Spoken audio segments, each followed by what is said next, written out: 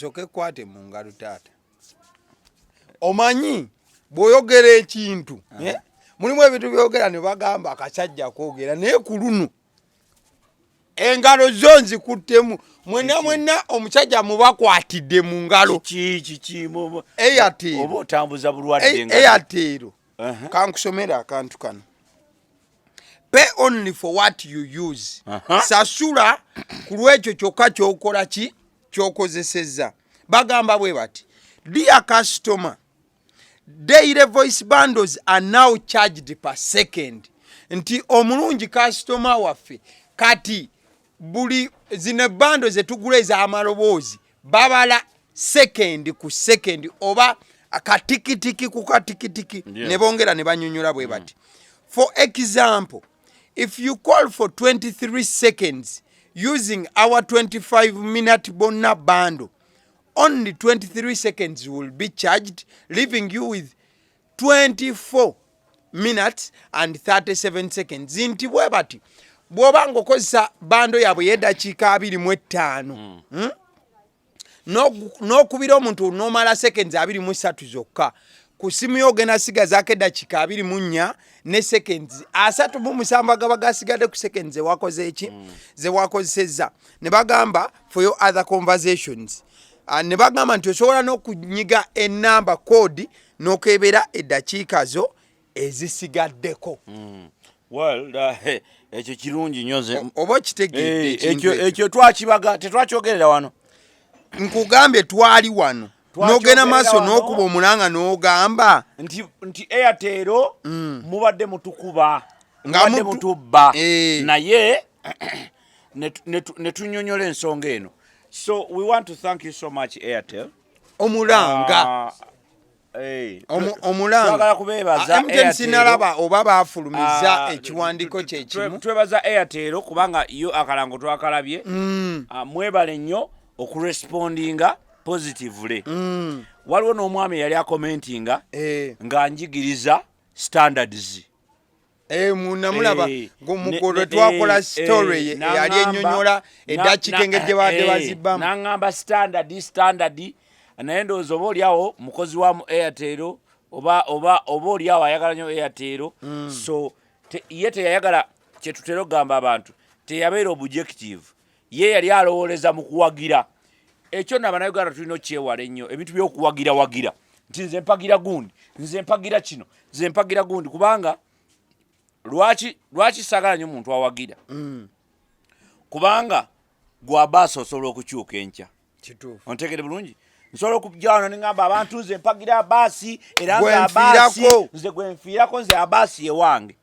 ne wayita weekses bbiri abaasi n'ogenda oli ekkeredde ne bweriti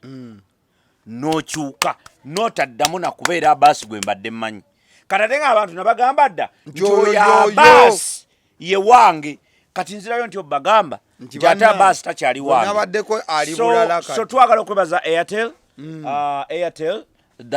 bagiyita batya gamba nti Airtel the smart network a reason to imagine a reason to imagine. I think this time they have given you us have a reason to imagine. Now to imagine nti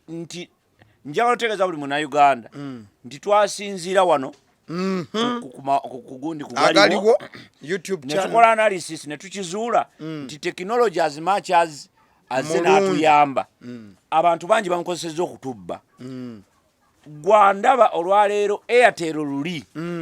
ebadde ekwata minutes zo 2 g'oguza oba 3 negakwata nega squeezinga kati n'okuba eddakiika n'okuba ng'olina eddakiika 3 n'okubira maama wo n'omubuuza nti maama sente wazifunye n'agamba ye mukwano nazifunye n'omugaa kati mbaddeko mu ofiisi nja kuddira olw'eggulu nemwogera seconds ezo seconds tulaba seconds ezo ziba seconds 15 oba 2 yo Airtel ebadde etema ddakiika ebala ddakiika namanga wookebera kuba kusigaddeko 24 abaddeko n'25 nze mba ndowooza nti nze oba tompadde justice eyaguze minutes ezo tebuba bwenkanya because tozimpa buwi simpe I buy them ngabogera ku dukano kama njagala kilo ya sukali nange ngenda ku simu yange ne nkwata 10 lwange ne ngamba njagalayo minutes mumpe ya 25 nyige muko kompa minutes 25 nga seconds zeziri mu minutes ezo teziwera kitegeeza obukoze ki obonzibye nenja twala mukisa guno 1 okwebaza Airtel okurespondinga erife febani obulungi ennyo mu respondinzeko era tubasaba ntuwene ku sente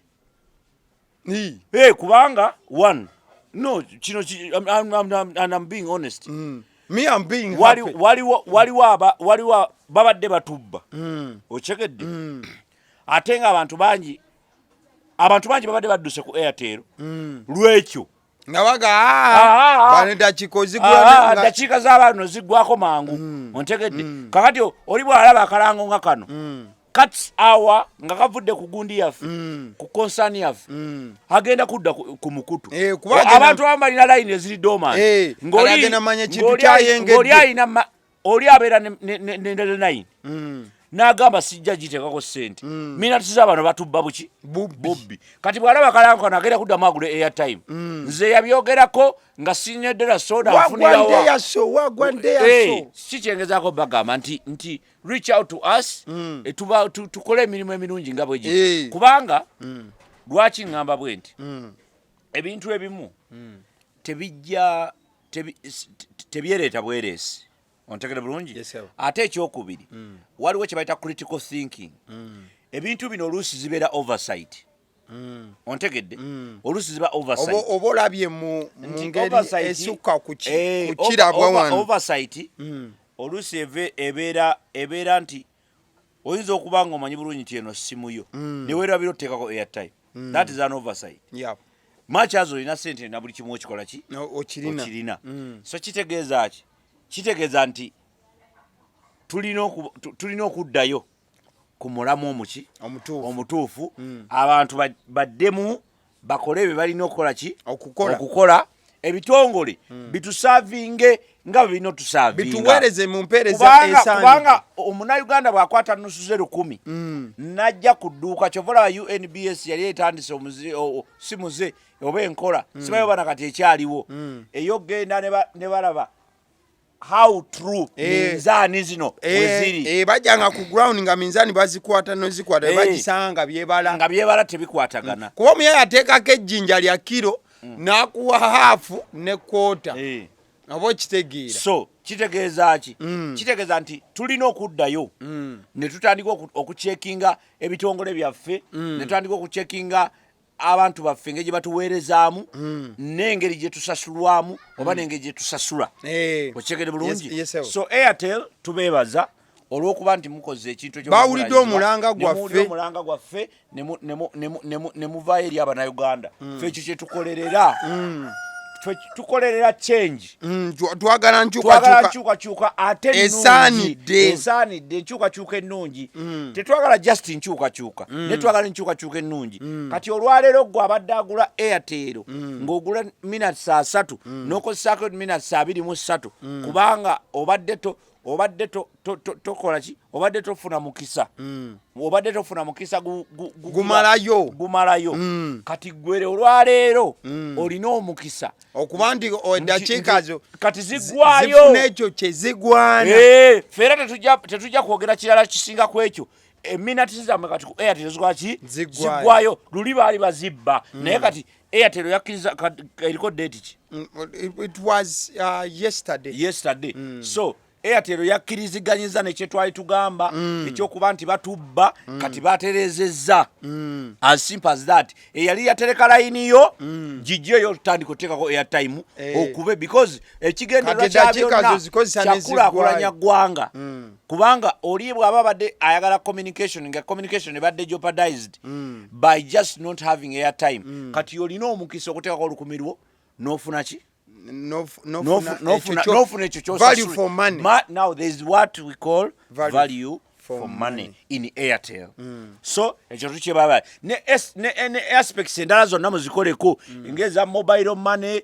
olala nali disorganized with my line bagitemye mbusimanyi nki waliwo babibi mbusate nsindiseko sente ate biki automatically that is where I would want us to have focus today. So there's a lot of mobile money problems. Njagala kati ate twogere ne kubumulumulu obulala ebintu byetubuusa amaaso but nze ngenda kwogera kati kubi nkwatako of which simanyi nti kikwata kunze nzekka wabula n'abalala yembeera ya internet data bundles awo njagala tubeere mu serious data wa mirundi ebiri asimayo banze ngende direct ku kinkwatako nga wifi konsani yange njagala konsani yange njagala gireeta ku wifi cause kino ki affectinga n'abantu abalala ti Airtel ina wifi je kolako ennaku zino era gyefuba okulaba nti ekola ki epushinga wabula njifunyemu obuzibu nga sinze nzekka n'abalala ngenda kusooka ku kinene bigger picture ngene nga nji breaking down waliwo issue eya internet eyo wifi yaabwe waliwo issue eyokubeera nti there are days ezituuka nevaako wabula mu kuvaako nevaako tugeze for a full day nga internet eri off wabula nga wogenda ku yesimu ya sim card eri very okay nkakasa bulungi nti esobola okuba technical issue okitegeera wabula nandisabye wabaawo technical issue wabeewo ebintu bibiri oba bisatu send us a message etutegeeza kuba mutulina mu system zammwe mutulina nti no gundi wekasangati yagula wifi yaffe agikozesa and we pay a lot of money sente ze tusasula wifi size sente omuntu zagula mu internet eya sim card osasula extra in fact times 2 or 3 so lwaki internet webanga evuddeko nga mukimanyi nti internet kati kiri kale tugambe kiri jeno cause twafunako issue omwezi ogwo oguwedde issue yali ya nnaku nga 4 nga internet eri totally off nga kweri ngegira neddako negamba nti internet eri connected bano nga tefulumya internet nga you can't even download ekifaananyi ekya KB 5 wengamba KB mukwano gwange mantegeeza nga tekibweza na MB emu you know but nga tewali communication yonna gwe yerwanako notandika okuba amasimu eyandibadde nga handle awo n'akugamba internet eri off but why should I call you in the first place kubanga nsasula sente zange kati lwaki ate nsindikirizibwa okugenda ate nfuneyo ko emitwalo 2 nguleko ku data kuba omuntu agula wifi kitegeeza internet agikozeseza ddala mu bungi oba otegeera akantu ako I think that goes back to customer care or customer care nti lwaki temutuweereza message internet webegenda vaako kati ekyo oba message oba ki kyovola nkugamba nti customer care nti abantu bangi abalina services naye nga balemeddwa okutegeera butya bwe batreatinga ba customers baabwe Airtel ekyalina challenge eyo era kati bino byo kiri kiwedde mukama yeebazibwe era Airtel ekintu kya minutes bless up thank you so much for listening to your customers because even I am a customer you get my point you are but I know that sometimes gundi ebatagalako nesibo bokka tetujja bapininga nti we are pinning Airtel because just ndi mukuleta experience yange mu butufu bwayo kosijja kwogerera neighbor simanyi ye bwekolaki bweri so what I'm trying to say is tulina okutereza kye bayita customer caring mu byonna bye tukola gwe ne bw'obanga olina akaduuka katono nnyo akako gy'obeera gwe tolina budduuka ku kyalo obukulinaanye nga okayitako n'ogenda n'ogula wali naye nga nakalo kalina bye kalina kubanga omukazi lunaku omusanga omukazi oyo omusanga oyinza n'omusanga atunda less 100 shillings okusinga olinga onaakwana ku layisi naye n'ogaa waayi layisi yo gisigaze waliwo ki kiva ku kyekyo nti tulina obuzibu n'abantu abamu abantu abamu tebamanyi bizinesi ze baba bakola n'engeri gye balina otambuza ensonga zino anti bw'oba tomanyi bizinesi gy'okola kikwanguyira nnyo okubulwa okumanya butya bw'olina ogikola ki ogitambuza so bantu bangi n'akaduuka obuduuka ne kamuzitoowerera akaduuka akampaayo ekibiriiti mpaayo sukaali ontegedde bulungi n'otuuka kaduuka omusaba sukaali ali eri munda oba yenna anyiiza atugubadde aliŋŋanga gwe mwayombye naye nekirala awo wennyini ogenda ku dduuka someone makes a statement n'okutuka oyinza oba obadde nga ogula kilo eya sukaali buli lunaku kwolwo n'ogenda n'ogula kwota omenye nakuwerekerezaako omugambo weeguti ayinza okuga naawe zikubula kakati obwo obusiru kati ng'ovudde ku oyo kubanga ti oyo musiru yali mu kategole ye ate era oyogera customer care kati tojja kukiisa ku busiru gundi kati nkulaga obugazi bwakyo kati oyo musiru muleke naye kati waliwo ono ali mu business oluusi business eyo ya baasi bamuleese ku reception ku receiving these customers ng'omulimu gw'omukulu gwegwo ontegere bulungi bwe tosalangayo ku receptionist otera nnyo bisaamu office ezimu otuuka ku receptionist ng'ate gwe omusinga okubeera ne reception awo kankubeeko kenkoona waawo receptionist wano nabannange benjogerera ba receptionist boku ini ategedde ini ogitegedde lwaki mweyisa mutyo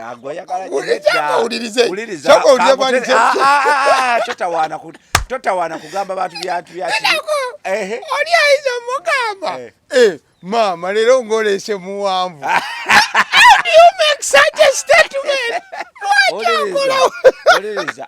ate ba reception boku wuliriza oli n'agamba nti leero gw'olese ng'alinga kitaawe mwe mukola mistake wuliriza mwe mukola mistake mugenda ne mukwana abawala bano abakola mu buini kakati ogenda n'otwalayo enkodomali bw'omala ogenda otwalayo omuntu ogenda n'otwalayo enkodomali ekiga kinenemu nedda enkodomali kasolo kali awo ka kisirusiru ogenda n'otwalayo omuntu kati ate wuliriza kati ate n'ogenda n'okwana receptionist kati bw'omala okwana receptionist kati naye ogenda okudda olunaku oluddako aba awuliranga alaba mujjawi ekirala kati mwe mukola ensobi era tekankubuli tokwananga receptionist w'okuloogi oba okoze bubi tukole bwe tuti abaala b'okuloogi ebigambo ebimu mulekeraawo bikozesa nti katawulo nkwenga akaluli ebigambo nga luli nga bulijjo ebyo mubijje mu bumwa bwammwe ng'obadde obweyambuza mwe muli mu kifo ekikyamu bw'oba okyagala ogenda mu loogi kati batuwa obukodyo bwa loogi akubulira ku loogi mwe muli mu kifo ekikyamu ebintu bya loogi mulina obyegendereza lwa nsonga egi bw'oba nga owulira okyagala ogenda mu loogi buli lwogenda mu loogi genda mu yanjawulo ako kakulu buli lwogenda mu loogi beera ng'oli mupya otherwise nga bakwaniriza n'essanyu waliwo emirimu waliwo ebintu ompadde amagezi mangi mapya waliwo services zotasobola kugamba muntu nti naluli tukolebe tuti kuba boogera mu bbaala nerero mpa busatu luli tokyasula kikola olw'ensonga ki gwono gw'oba oleese okuleka nga era gwe wajja naye luli kati bw'obanga olina omuntu w'omu gw'otwala muli baddembe olina waddemu omutwala mu loogi emu nkubulirako lw'okyusa n'ekifo kikyuse nkubulirako ki ojja kuleeta obuzibu lumugayi yajja ne mukyala we wakolako ku loogi nedda kudino bbaala bino byali mu bbaala lumugayi yajja ne mukyala we mu bbaala kati kawaitress ne kajja ne kamugamba leero ate omukazi ng'oleese mukadde nnyo ku buwala bw'oleeta bulijjo nga mama abaana awulire ekyaddako era kyeyagala nkunyumize nedda kati olaba ebyo ebimu biraba kati nze ndi logico nagamba ate ndi scientific oyo yali mujja woono yali alwana strategically yali alwana scientifically yali alwana ono yali yamukwanako kani ngazza bakafaya era ayinza nokuba yali amanyi bulungi nti ono mukyala tuddeyo waggulu kakati tuddayo ku service omanyi ati kati gwe ntuttemu ebyo nze nagamba ebyo ebintu oli mukugu siri mukugu naye nengo oyina information gyompadde ennungi ennyo anti ndi scientific nze ndi scientific obadde nakugamba nti nze ngatta obwongo bwange buli scientific manyidde ddala nti emu bw'ogigattako emu ziba 2 ziba 12 so seetaaga muntu kunnyambako ku ekyo byoli mukwogera bino osimayigenda bulungi oyo yena kasasiro omuntu yenna ng'otegeera bulungi bw'oba omanyi nti watutta omukazi nga wanjawulo mu loogi emu suubira bakafaya oyinza nosangawo oli gwe waleetawo nga yaliwo nze namukwano gwange yanyiwana ku loogi agenda talina nagwalina naganze njatwala reception n'omugamba yagenda bugenzi na sente ze zaalumu saagala producer kubigataka ame yebadde story naye tugende maaso bwe tudda ku reality bwe tudda ku ebyo mubyagala kuba mubikola oyo naye kati ondoza mubikola mwenna bibanyumira buli omu naali ku kamera bimusanyusiza kuba ebyo musiibamu ontegedde gw'omanyi business esinga okubeera nze waliwo business tulina ne wetwali newabawo abakampuni abaatukubira ni mujje tubakole massage kozi omutembeya kati mutembeya massage kati bamutembeya ebintu byasenye ebbeeyi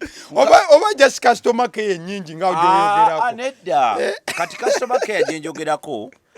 care gyenjogerako is enhancing services okwongera ku services ziba nnungi nga zitukaganye n'omutundu enhancing is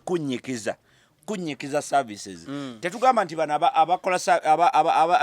customer care embi tebalina services bazina naye nga zibulamu okukola ki kati nga Airtel bwe kyeyakoze nti bakoze baterezezza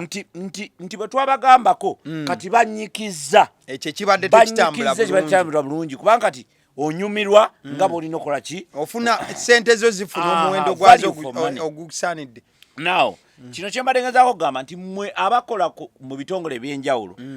offices twala tugende biki naddala public offices otukayo omuwala n'akutunuulira ng'omuwala afaanana bulungi zeera mmanyi obbavuma nze ba receptionist abasinga obungi baninako history embi era abataninako history embi bakwano bange nnyo kubanga nze kasankizuula kasantuuka ku office yo nenkizuula nti you are not right to receive people I tell you open nkugambirawo naddala mu public offices nze kasanyingira office kasamanya nti ya government mba nja kuyitamu nga luguudo bwembanga nze mu bino byammwe simanyi gundi ani kampani biki naye kasita kiyingiramu nti public office mbu nyingidde ekitongole kya public kirina oganyulwa abantu bonna mba nja kukuvuma nkufuula ekasasiro kugambirawo gwe ekiwalago lwakyo kati nze omugamba ekintu waliwo omuwala gwe nagamba ekigambo naggwamu amaanyi yanyiigira ebbanga lye lyonna twali tukyali ku university omukyala oli yali mukyala mulungi ng'abuvunaanyizibwa mu ndabika naye nga talina buvunaanyizibwa yadde akasitandikirwako kakati lumu twali tetwakwatagana bulungi naye mu butakwatagana yalina ebintu bye yankola ebitategeerekeka naye ng'ekimunkoze ebyo alaba enviiri nyingi alaba omuntu alirawuze nakakuwa service etasaanidde ate nga nze nsasula school fees kakati nagezaako okundabisa yaŋŋamba dda wali omanyi ebyandibadde mu primary byeyankola ebyekyana ekito waliwo omusajja eyandi emabega wano ate naye kati mukwano gwange yandi wano mabega musajja nga big dog kati nze nina obuzibu nti nasoma course nga tewaliwo undergraduate agisoma ochegedde kakati nensoma nnyo neba postgraduates mwalimu ba undergraduates ne nasoma nnyo neba postgraduates bali bangi kati nga nze ndi wakati awo ndi kavubuka akakava mu secondary ndina abantu ate bakulu bo abamu bajja bevuga bakola ki kakati omukazi ndoza bwe yandaba omutima gwe ne gumugamba nti ono fala kye yakola nga nzize ebbali era nodde ebbali era nenzira ebbali ng'omwana ow'empisa kuba nalowooza nti oba there is an error in the computer about me nenzira ebbali bwe nzira ebbali nakola kubali kati bwe yakola kubali nga bataano nenjagala okumubuuza owange biryoke biteredde olunaku lwali lwa Saturday obudde ate buba nze nasoma that's another challenge nze nasoma lwaggulo nagaana okusoma ku makya walonda evening because nagamba omuntu omukulu kujina emyaka mbadde nkeera okuva nursery nera mpanekerenga wa primary kyekyenjawula ku university nengamba nze ngenda soma evening kati evening abagagga bakabe basoma bobuvunanyizibwa bamba ku business kakati ne ku Saturday twesanga tusoma ne ku Sunday kati lwali lwa Saturday bali mu clearing registration biki kumbe nange ezomu kwaba balina okukola ekyo ekikazo manyi kyankola nga kinzize ebbali nga kisavinga abantu ngaba ndaba bwendi mbabuulira kibayita customer service nsasula school fees nkola ki ate nze nali nsasula bulungi muzeeyi yasasulanga almost zonna buli kimu ne bakiclearinga kakati ntuuka nga mugamba nti maama mukadinisa nga maama tonnankola kujukira kirasi zigenda mu maaso tukiryalinga wano agala kudduka kakinga lecture nkuyambe ntya muvubuka nga yakwerabidde konze munnange yenze yabadde mbadde mu layini n'oŋŋamba nzire wali gundi yange yeeyaawo ng'olwedde yanjiyeko dda ne gundi yange twalina ebyo bibasa ng'olwedde akirina akitaddeko kwatambuliza mouse ati atambuza eri mouse ne mugamba munnaye nze nabadde naye okola ku bano ate nga ndaba ensonga zakwakolako nange zimwe zakuleese mmwe lwaki temujja ku Monday namwe ne mulinda ku Saturday konze baani ng'amaye oli wa moni ne mugamba baani ne mugamba madamu baani nagamba now you have to wait for me oba si kyo nja kudda ku Monday ne mugamba madamu do you know who you are talking to bona ne bantunuulira bwe bati bonna bali mu line bonna ne bagamba ate ono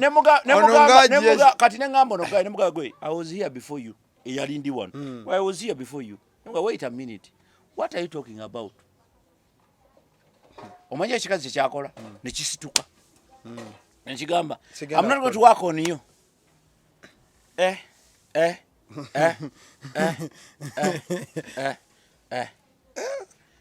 ne mugamba I'll be here neninda kati abali emabega eriyo nayo ne batandika okwekalakasa you move omukazi nadda ku mmeeza nagamba amayo ne mugamba madam togenda mukola you are kati ne muzza mu muleki kyentu kati nosumulula ne mugamba when we were growing up kati na making sure nti buli ali wali awuliriza ne mugamba bwe twali fe tukula nosumula bomu ne mugamba fe bwe twali tukula batukubirizanga na nnyo okuba abantu abategeera era ne batugamba nti abakazi bonna nti ne batugamba nti bw'obanga owasa onoonyanga omukazi omubibibi be baba neki n'empisa nze sirabanga omukazi mubi atalina mpisa nga ggwe I have been here I was here ne mubulira essaawa I was looking lousy nali mu short si nviri sizisaniridde nnyo weekend nkutaka nankandi kange bwano ne mugamba nti abakazi bonna ababi balina okuba n'empisa kubanga empisa zezikuseguliza ne mugamba omulimu gwokola ye yali ampadde emmere ne mugamba guno omulimu gwokola university gyali nsomerako yajjajjange yagitandika ekyo nakyo yalina okitegerera awo ne mugamba gwe you are here because of my grandfather kakati gwe you are not okuva ku lunaku olwo yatandikanga okunkolako nga nkyali eri tinagenda ngokutuka ngoledi atandise okunkolako. But why do we have to reach to such an extent? Why? Reason being, atakulekera tomulekera. Okitegedde bulungi? NNC yaffe ffenna tuginyumirwe. Okitegedde bulungi? Lwaki omuntu omwana ku university abaana babiyitamu nnyo. Lwaki omwana ajja asasudde school fees gw'oli mukozi ku university bakusasula n'otandika tomubonyabonyabonya. Olaba obudde bw'ofuna transcript. N'obonyaabonya omuntu. Lwaki mubonyaabonya abantu waliwo omukwano gwange yali mu KCC awo ali mu kubonaabona ne just clearinga bintu byanjawulo naye kubonaabona. Waliwo omukyali wange omu bamuggyako ebintu ng'azimba bambonyaabonya abantu oli n'atandika okwegayirira ebintu ebibye. Anti gwe bajjako ebintu ng'azimba kitegeeza tebamusaaga na plan. Nedda mpala naye za ku kyalo yali azimba trench mbu ate simanya gizimbe mu kibi ne babitwala. Bw'oba bitwala toyogera nti tubitutte for this reason. N'okuzimba gate omuntu alina okuleeta pulaani. Okuzimba gate ewuwe n'omuntu okukola trench ewuwo ngaawo nawo wetaaga pulaani. Nakyo kyetagisa pulaani. So the idea is many people have used their offices to frustrate others. So that's what I'm trying to say. Nemu Airtel, which was the biggest topic today. Nemu Airtel, mirundi mingi tugenzeeyo. Osanga abantu nga bakaaba. Line yange baji blockinga, ate nze biki, ate munnange baji blockinga, ate kati bagala ogigulawo. Okugulawo buguzi line, you have all that data. Okugulawo buguzi line, why is it a problem? Nja kubuuliza why is it a problem? Ekyo kyogerako ngenda kukyogerako bwenti nja kubuuza ku lw'abannange abakola. Why is it a problem? Gwe waliwo omusajja mukwano gwange yali akola mobile money. Line yeroza agenda nga ifunamu era ne bagisiba. Jukira mobile money is a business. Ontegedde? Ebinokola Monday ku Sunday. Bamala ewiki singa 3 ng'alinda line jiggula kugirinda oba n'okugendayo nga bwe yeetala bwatukayo bwe bamubuza naye ng'obuwala abusanga bunywa cyayi mu bukopo obuliko Airtel buti eyo line yo let's see we shall see bajja gikolako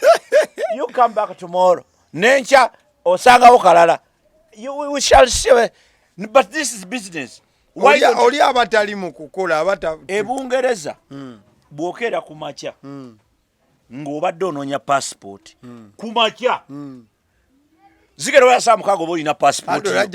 fe wano mu Uganda anti wuliriza omanyi lwaki nkugamba bwe ntyo nti bw'obanga oyagala otegeera nti oli muwanvu teweegeza nkali akaana akampi ontegedde weegeza nku muwanvu munno n'okakasa wootuuse. Bungereza yabeerako nga ssente z'Ebungereza 1000 lw'Ebungereza nga lwenkana 1000 lw'e Uganda. So tewali nsonga lwaki mwaka kyo what are you talking about? Wali nyanga ennyonyi ya 10 zaabeeranga ezi paka wa no soko mbuli anti wuliriza jjajja wange ennyumba gy'alina kati nkubuulira some things lwaki tugamba ebintu bino abantu oli ajja kudda mu politics we naye nkubuulira mazima jjajja wange ennyumba yaffe ya jjajja wange omukadde yagizimbira 10 ezi. Ekyo kyo abakadde ekyo yangamba 13 nekyo ngambe kye neewuuza ogambe nti twabeerako obudde ng'olukumi lw'e Uganda lwenkana n'olw'Ebungereza.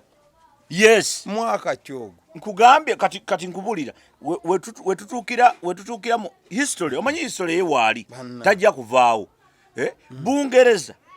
the United Kingdom yabeerako ng'olukumi lwabwe lwe lutegeereza ddala olukumi lwaffe Uganda. Naye byava ku ki okuba nti kati byafuuka bwe biti byajja olwaffe ffennyini. Ontegedde bulungi ffe nnyini ffe Abanayuganda kuba Obote yali Munnayuganda Amini yali Munnayuganda Museveni Munnayuganda balutwa Bokero baani Museveni is the 8th president of Uganda bonna Bannayuganda tekuliko yava Kenya kujja kufuga wano. Okitegedde bulungi era byonna policies ezibadde zikolebwa by independence. In fact gwobadde obuuza when but by independence nga bawanika fulaga ya Uganda. If we started from there going forward senga kati naffe tuli somewhere tuyinza okuba tutwandiyenkanya Bungereza olw'ebizibu byaffe naye kati twandibaddeko around there. Naye olaba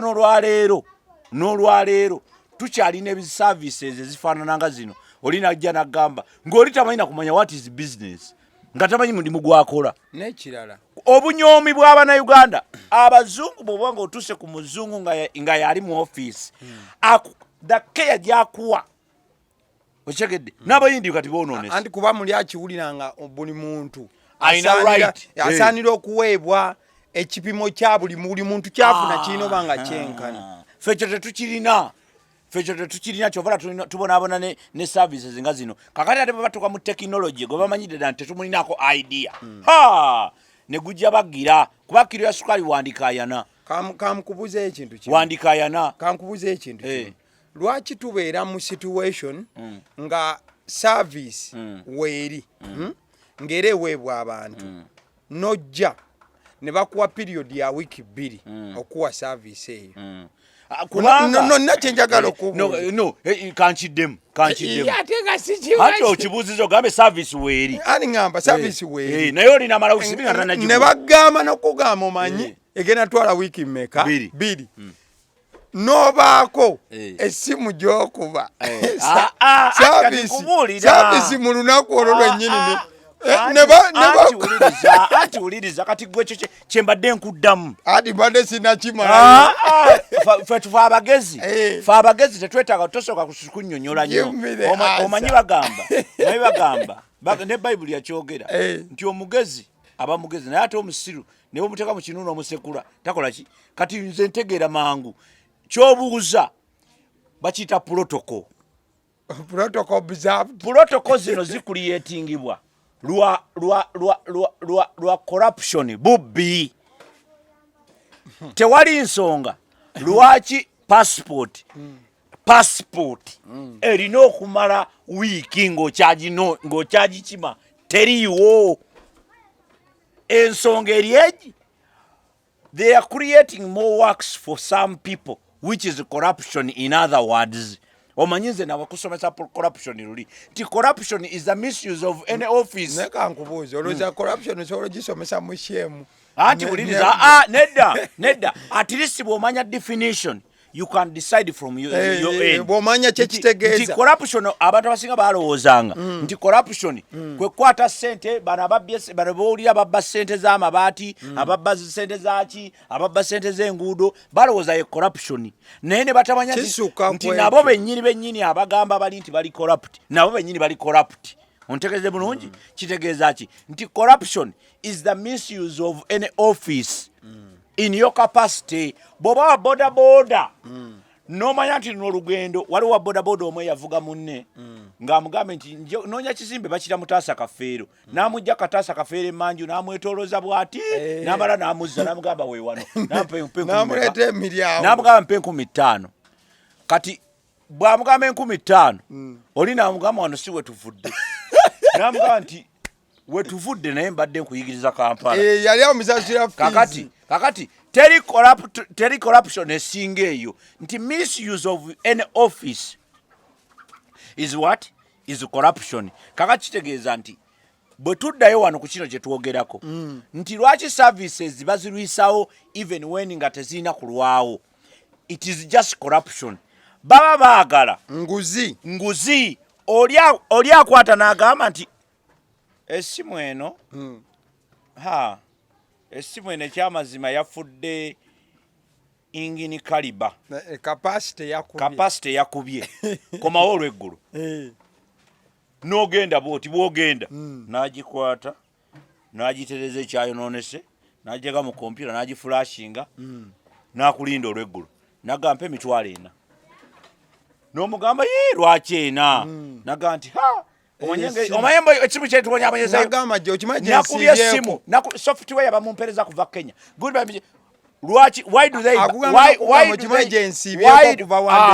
why do they buy time because baagala okuba ne explanation for you to pay more money oli atya nnyo wa passport office okeera ku makya for example n'ogenda mu passport n'ovaayo naye ku ssaawa bwe ziti akitya lwaki amanyi nti ensonga agamba lwaki esasulwa akabeeyi omusajja gwe njiyeko emitwalo 3 Mudakiika 2 njimuwe katabo nedda kubanga ebyo ebyuma bikuba passport biriomo bijja kundabisa nja kwerabisa kamwe wakiri a week ochegedde. So the idea is it is not because services ziri hard but it's because we are corrupting the mind. Corruption etandikira mitwe gyaffe munda. Oli atya nti gwe oli omukozi w'essimu ate okugamba nti ekizibu kyene essimu tuulamu awo eddakiika 2 nkimale. Kuba otuulawo n'ayingiza mu amanyi wano bw'onookola ekyo bw'anagamba ssente emitwalo 5 tojja gimuwa. Oyagala muwa 5. Kati alwana nnyo okulaba akuggyeko emeka 5. Alina okikuteeka mu bwongo nti kino kyenkola kirala. Omusajja amulina ali Kenya n'akubawo amasimu alo mwabadde mwayingidde nti atwali kyali ku boda nagaba bakyali wala kumba ona abala mitwalo emeka 5. So kikyengezaako okugamba nti corruption yaffe obugazi bwayo oba obutono bwayo buviira ddala mu kutegeera yaffe mu kutegeera kwaffe mu bwongo bwaffe kubanga n'abagamba bannaabwe nti bali corrupt nabo bennyini bali corrupt. Kyova olaba nti corruption okugirwanyisa bino byonna ebitongole ebiriwo mu birwanyisa corruption byonna ate biyamba ku corruption kubeerawo. Corruption mulina girwanyisa from grassroot kuva wansi ku ttaka ewaffe mu family gye tuwangaalira. Omwana buli lw'omuwa nusu 10 agende ku dduuka ontegede bulungi nnyo n'omugamba nti ebibiri ebifikkako bibyo oba otandise corruption. Mugamba ebibiri abikomyewo omala obimuwa mugambe genda gule sweet aleme kulowooza nti omwana bwe bantuma ku dduuka nina okubako enjawulo. Lwakusanze nga tolina ssente n'omugamba balansi wange n'omuleeta agula hafu ne kwota n'agamba nti ekintu ky'enjawulo ekyo kankikunnyonnyoleko. Twalinga mu ssomero headmaster n'abeera mu ofiisi ye n'ayita gayi omukubi w'obufaananyi buno bu passport photo. Ogayi wa passport photo najja n'agamba headmaster awuliriza n'agamba headmaster omanye headmaster buli mwana omutwe ngenda kukubira abufaananyi siringi 10. Buli mwana omutwe obufaananyi ngenda bukubira siringi 10. Omanye headmaster kyakola n'ayita guuni n'ayita teacher n'amugamba abaana obufaananyi tugenda bubakubira 2,200. Otegeera headmaster n'ateekako mmeka 10. Kati teacher n'agenda mu kirasi n'agamba abaana tugenda bukubira 3,300. Kati omwana n'agenda n'agamba maama tugenda bukubira 10,000 mmeka 4. Nedda 4 maama n'adinda taata n'ajja n'amugamba taata obufaananyi bwatabuse bwa siringi 7. Kati omwana ne bamuweezize omwana nawa teacher nawako headmaster. Olabe corruption jeri nti corruption obufaananyi bwa siringi meka neumaliza nga buli ku siringi 7. Corruption bwetyo bweri nti goloza kana akatabo ka passport yako nga bw'okalaba tubere ba mazima ng'owadde omwana ku nasa akakube akateke bw'obona busiirusiiru oza ka sente meka kamalawo emitwalo 5 okakuba naye andi tekaba legit akokunasa kabaka. What makes the legitimate nti okuba nti bano be bali authorized okukola ekyo kyokka be balina obuyinza bokka mu ggwanga ekifuula akatabo ka passport legit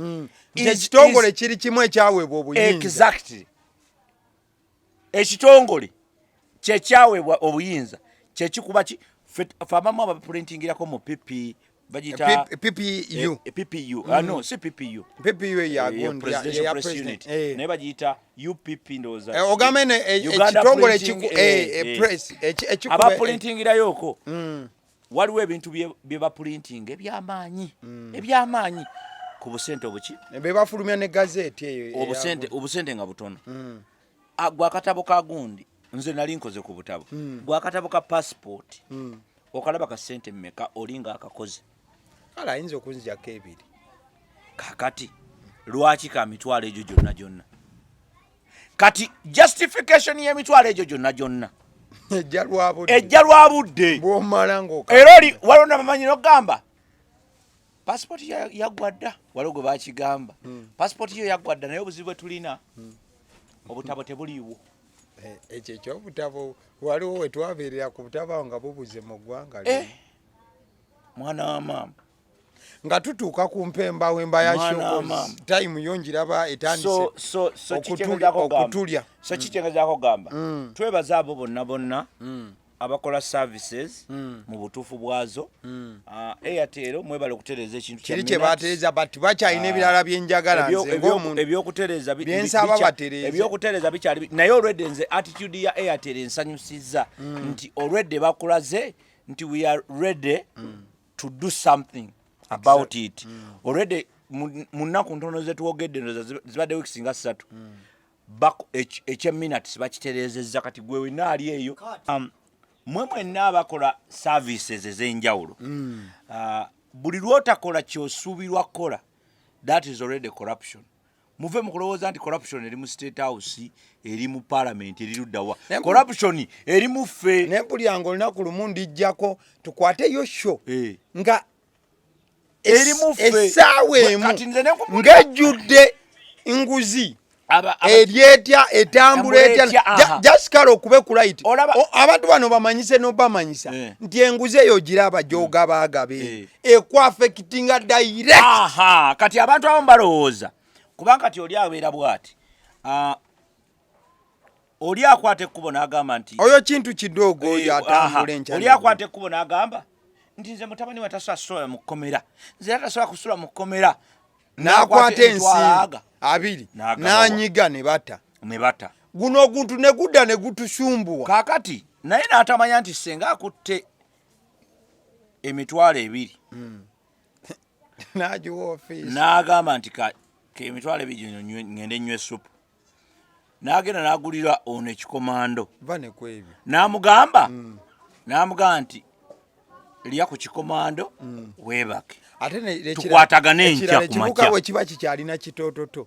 egy'ebiri togiwuutamu supu ogimpeera afande wano n'omwamu okanyagiremu aterere ate yo nayo nguzi kakati enguzi ngazi nkugambye bwe kyokola ono mugulire ekyokulya kuba buvunaanyizibwabo aleme teri muntu asobola kufiira mu kkomera alina kusula nga okuleka ng'era abadde alina okufa okyegedde muleke asuleyo buke ku makya bwe bukya ku makya ategere ekyamusuziza mu kkomera lwaki opapa okumugjayo osanga abantu ku poliisi awo bataddeko bondies free ekigambo ekinene bwekiti naye ng'oli ali mukutagala kati afande tukoze tutya afande katate ng'omala ng'onenya poliisi mbwe eri enguzi gwasinga okuba nekola gwamubuuzizza enkola tukoze tutya kali gweyagala yakola n'akubuuga ye n'akulaga amateeka anti oli wajja kugambira now you want the police to do what because muliriza anti uliriza yewa police agamba yakulaga amateeka at this time we cannot release anybody we stop at 5 it is past time the official time kakati lero omubuuza afande tukoze tutya yandifulumye n'omugamba bw'asula wano obuliri bwe bugenda kwata omuliro